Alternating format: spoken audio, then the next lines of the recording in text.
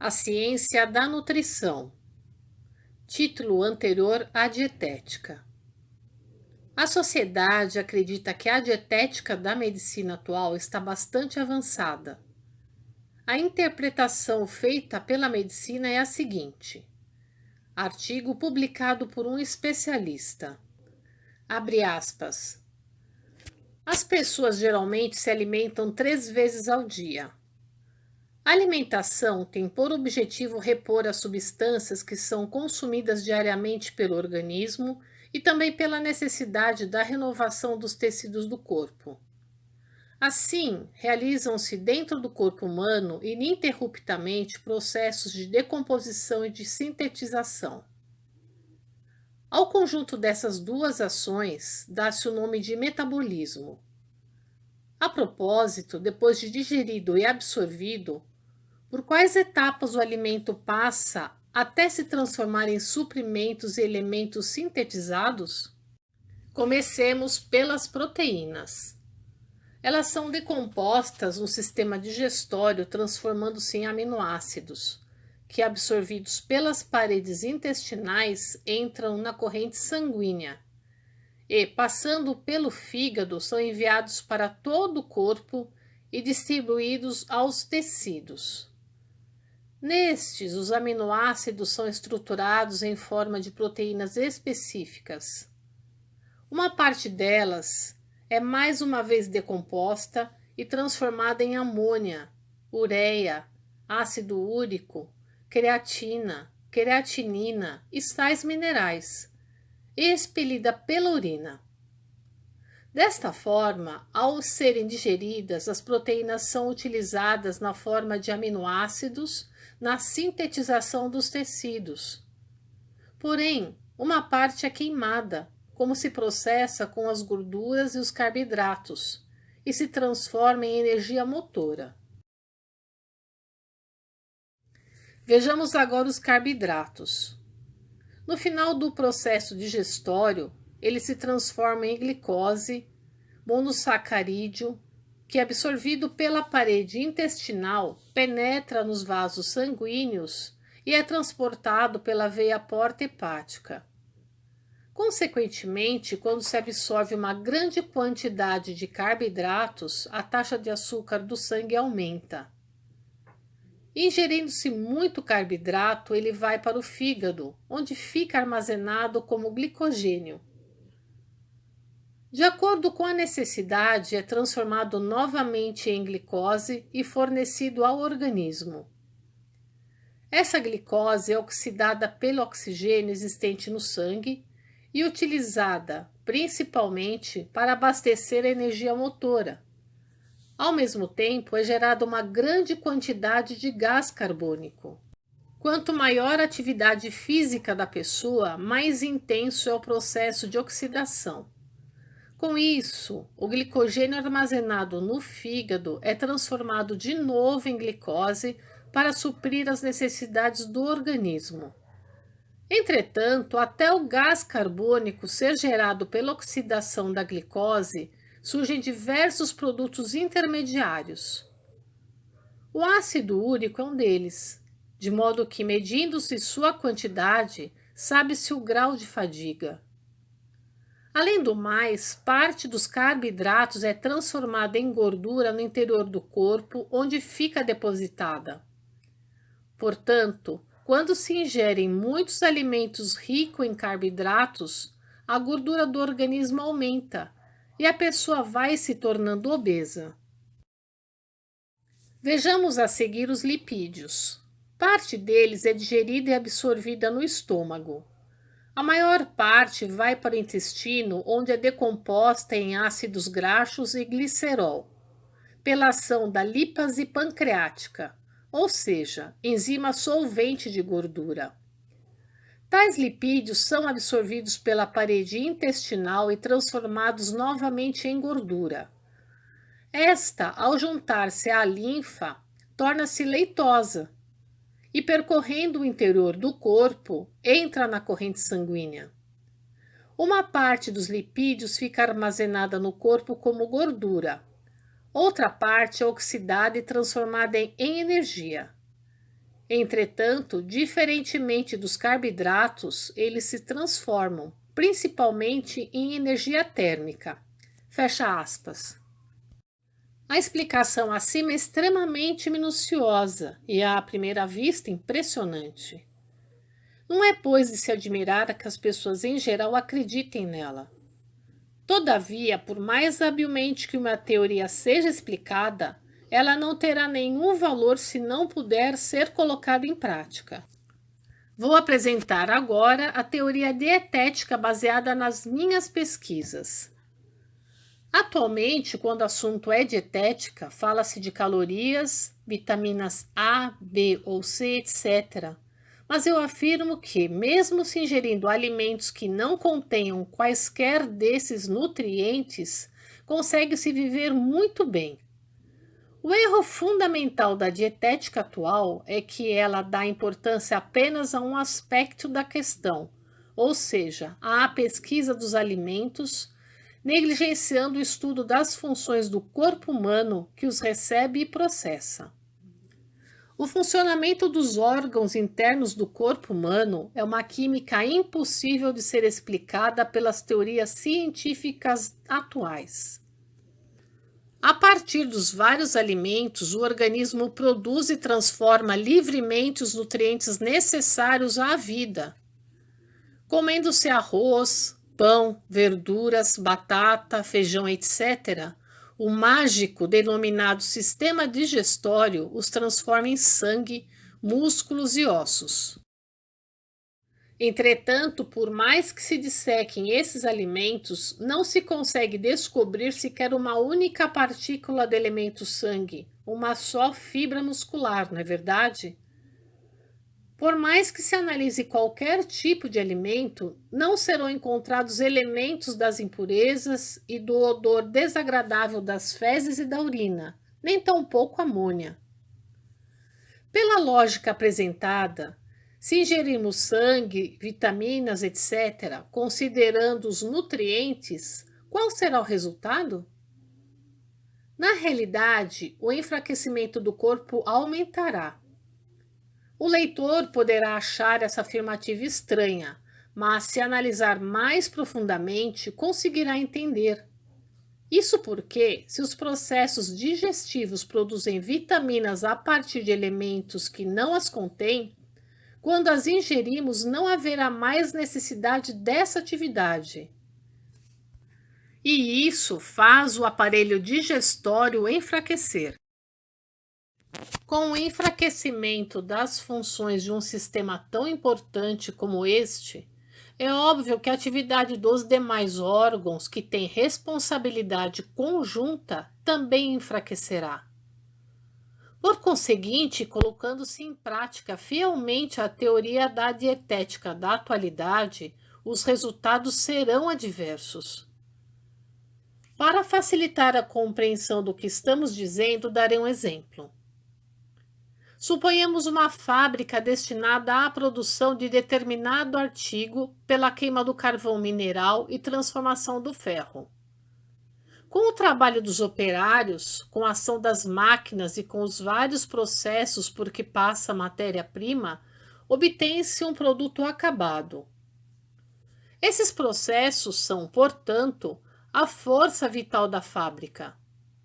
Se, desde o início, se transportassem para lá artigos prontos, não haveria necessidade do trabalho dos operários, das máquinas e nem sairia fumaça das chaminés.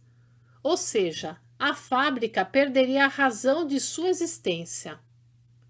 Assim, os operários seriam dispensados e as máquinas enferrujariam. Da mesma forma, se o corpo humano ingerir alimentos acabados, não necessitará mais da atividade da fábrica de nutrientes e, por esse motivo, ele enfraquecerá. Essa teoria nos ensina que a força vital do ser humano é gerada por meio da transformação dos alimentos inacabados em alimentos acabados. Evidentemente, as vitaminas e os demais suplementos são alimentos acabados. A alimentação dos agricultores é frugal e por isso eles possuem uma força extraordinária para o trabalho. A conhecida vitalidade dos trabalhadores braçais da Manchúria decorre do fato deles se alimentarem unicamente de pão de sorgo nas 3 refeições diárias. Do ponto de vista da dietética, a alimentação considerada ideal é a das pessoas da classe alta. No entanto, observa-se que, apesar de terem uma alimentação variada e rica em nutrientes, e mastigarem bem os alimentos, em geral elas são mais fracas. Mastigar os alimentos em demasia, sobretudo, não é recomendável, porque enfraquece a atividade do estômago. A dietética atual tem menosprezado o valor nutritivo dos cereais. Geralmente, quando se fala em nutrientes, pensa-se que eles estão contidos em maior quantidade nos acompanhamentos, mas isso também é um erro. Na realidade, os nutrientes contidos nos cereais são os principais e os contidos nos acompanhamentos são secundários. Pode-se dizer que a função destes é tornar os cereais mais apetitosos. Pude constatar isso quando fiz uma excursão aos Alpes japoneses. Fiquei espantado ao ver a marmita dos guias. Era só arroz. Não havia mais nada, nem sequer uma ameixa salgada. Perguntei-lhe se comer apenas arroz era gostoso e eles responderam que era muito saboroso. Esses guias sobem e descem diariamente um caminho extremamente íngreme, carregando nas costas bagagens que pesam cerca de 50 quilos. Como os especialistas em dietética explicariam tal fato? Pode parecer estranho alguém dizer que acha muito gostoso comer arroz puro sem acompanhamento, mas há uma explicação para isso. As funções do corpo humano foram feitas de modo a adequar-se ao ambiente. Se a pessoa tiver continuamente uma alimentação frugal, seu paladar sofrerá uma alteração, fato que parece não ser muito conhecido, e a comida passará a ser saborosa. Ao contrário, quando a pessoa se habitua ao sabor de uma alimentação requintada, esta passa a ser menos saborosa, por isso procura pratos ainda mais requintados. É o que se vê com frequência entre os que levam uma vida luxuosa. Explicarei a seguir o significado dos alimentos. Naturalmente, os alimentos foram criados para manter a vida não só do ser humano, como de todos os seres vivos, sendo atribuídos alimentos adequados a cada um deles. Por conseguinte, o Criador determinou o que deve ser consumido como alimento pelo ser humano e o que deve ser ingerido como alimento pelas diferentes espécies animais. Quais são, portanto, os alimentos destinados ao ser humano? É muito fácil saber, pois eles são saborosos. Em outros termos, os alimentos são dotados de sabor e o ser humano de paladar. Consequentemente, o ser humano, ao degustar os alimentos com prazer, obtém naturalmente os nutrientes que se tornam elementos essenciais para a saúde. Assim, devemos entender que não só é equivocado, mas também prejudicial ingerir substâncias como suplementos nutricionais que não possuem sabor, não precisam ser mastigados e dispensam a atividade do aparelho digestivo. Uma vez que as condições ambientais, profissionais e orgânicas são diferentes, os alimentos necessários para cada pessoa são aqueles que ela está com vontade de comer naquele momento. Dessa forma, basta comer aquilo que naturalmente se tem vontade, sem ficar preso a teorias dietéticas. Os homens contemporâneos, no entanto, comem forçadamente coisas que não gostam e, Do mesmo modo, deixam de comer as que apreciam. Eles pensam que assim terão saúde, o que é uma tolice sem igual. Por isso, não podemos deixar passar despercebidos os danos causados pela dietética. As verduras e os legumes são os alimentos que mais contêm nutrientes. Se a questão fosse apenas nutrir o organismo, os cereais, as verduras e os legumes já seriam suficientes. Podemos comprová-lo observando os fatos. Os agricultores, os bons zen-budistas e outros vegetarianos gozam de saúde e vida longa, enquanto os habitantes da cidade, que comem constantemente peixes, aves, carnes, etc., adoecem com facilidade e têm vida curta. É também do conhecimento geral que as pessoas que só comem carne contraem septicemia. Vou contar um caso que serve de exemplo do que estamos dizendo. Anos atrás, fui passear nas águas termais da Vila Yunishikawa, situadas nas montanhas da província de Tochigi. A população dessa vila era composta por 90 famílias Reiki, num total de mais de 600 pessoas. Todos eram vegetarianos estritos. Embora houvesse peixes saborosos nos límpidos rios da região, eles nem sequer os pescavam. Ao perguntar o porquê, disseram que não comiam carne desde a época de seus ancestrais e, por isso, nem sentem vontade de fazê-lo. Como na refeição só havia vegetais, pedi carne de galinha ou ovos. Mas me disseram que na vila não havia nenhuma coisa nem outra. Isso mostra o quanto seus habitantes eram ferrenhos em sua alimentação vegetariana. Era uma vila sem médicos. Ao perguntar o motivo, responderam-me que ali não havia necessidade deles. Na época, o único doente era uma pessoa com sequelas de derrame cerebral, não se contando um só tuberculoso. Eu fiquei a refletir sobre o que, de fato, aquela vila vegetariana tão saudável e sem médicos estaria nos ensinando. Também me perguntei por que as autoridades e os médicos não faziam dessa vila saudável um objeto de pesquisa.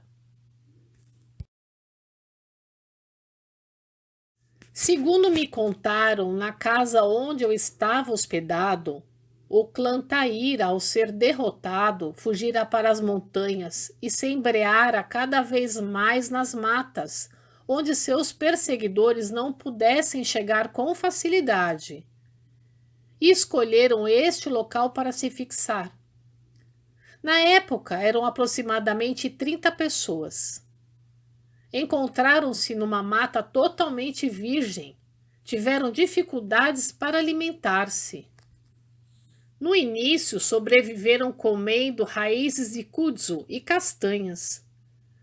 Continuando com uma alimentação extremamente frugal, a família não apenas sobreviveu, como atingiu a prosperidade atual, fato que vem a comprovar minha teoria. Pelo exposto acima, podemos dizer que, estritamente, no que se refere à saúde, a alimentação vegetariana é a ideal. Contudo, para se viver na sociedade contemporânea, existe um inconveniente na alimentação vegetariana, pois o alimento tem ligação com o pensamento e as atividades diárias. Ela torna as pessoas maleáveis e adeptas do princípio da não resistência. Por conseguinte, povos com forte predomínio de vegetarianos podem ser dominados por outras nações. A decadência da Índia talvez também tenha motivos religiosos, mas uma das causas é a alimentação da maioria de seus habitantes, constituída apenas de vegetais e leites de vaca. O leite, apesar de ser de origem animal, leva ao mesmo resultado que a alimentação vegetariana. Pela mesma razão, os animais carnívoros, como o leão e o tigre, são de natureza feroz. enquanto que os animais vegetarianos como o boi e o cavalo são dóceis. Os vegetarianos, portanto, acabam carecendo de uma postura mais ativa em relação aos seus desejos materiais, ambições, etc. E, por causa disso, não progridem. Os homens contemporâneos, por outro lado, precisam de certa quantidade de alimentos de origem animal. Resumindo, cada um deve escolher sua alimentação de acordo com suas condições e profissão. Entretanto, o ser humano, depois dos 80 anos, deveria adotar a alimentação vegetariana, pois não há mais necessidade de ambições e disputas. Como resultado, sua saúde aumentaria e sua vida seria mais longa. Hoje, quando uma pessoa adoece, recomenda-se o consumo de alimentos de origem animal, dizendo que eles são mais nutritivos. Mas isso acentua o enfraquecimento e traz consequências negativas à cura da doença. Em relação ao leite de vaca, deve-se ter cuidado. Ele é adequado a bebês que ainda não possuem dentes, mas é inadequado depois que estes surgem. O nascimento de dentes significa que o bebê já está em condições de ingerir alimentos sólidos, porque os órgãos digestórios se desenvolveram a fim de se adequarem a esses alimentos, o que é algo natural. Portanto, se um adulto tomar leite como nutriente, irá enfraquecer. Como eu disse anteriormente, se o simples fato de mastigar demasiadamente os alimentos já enfraquece a pessoa, quem dirá ingerir alimentos líquidos como leite? Evidentemente, isso debilitará ainda mais os órgãos digestórios. Sempre que alguém me pergunta se um adulto pode ou não tomar leite, eu respondo rindo. Se o adulto tiver uma alimentação igual à do bebê, seu comportamento também precisará ser igual ao dele, ou seja, engatinhar e ser carregado no colo. No caso do leite, entretanto, se ele for usado para tornar os alimentos mais saborosos, não há problema. Os doentes costumam comer papa de arroz acrescida de ameixa salgada, mas isso também é um erro. Originariamente, a ameixa salgada foi utilizada como alimento dos soldados no período de guerras do Japão feudal, porque mesmo com uma pequena quantidade, a pessoa não sente fome. Hoje, portanto, ela é adequada para quem escala montanhas ou faz excursões a pé, mas não para os doentes. Até em condições normais de saúde, quando se come muita ameixa salgada, infalivelmente o apetite diminui.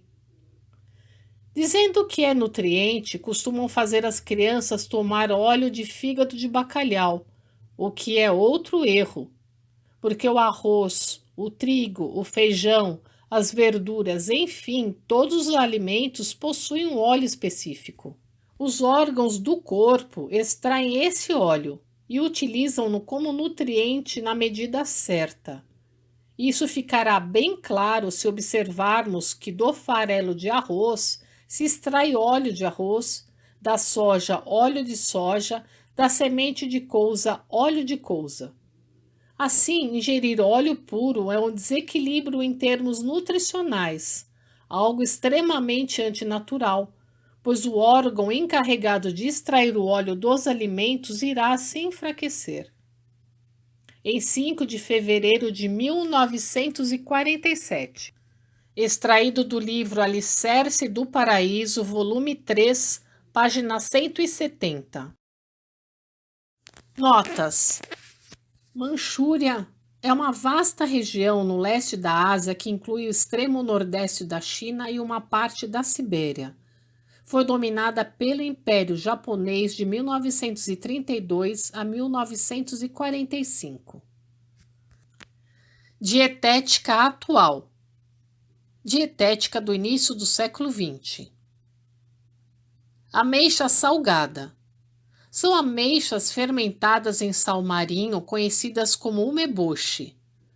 Elas são tradicionalmente utilizadas como acompanhamento do arroz nas marmitas japonesas. Septicemia. infecção generalizada em que micro-organismos patogênicos e suas toxinas invadem a corrente sanguínea e nela se multiplicam. Heike, descendentes do clã Taira que fugiram da perseguição do clã Minamoto após as guerras Genpei, 1180-1185. Kudzu. Kudzu ainda puerária lobata é uma videira lenhosa nativa do Japão e China.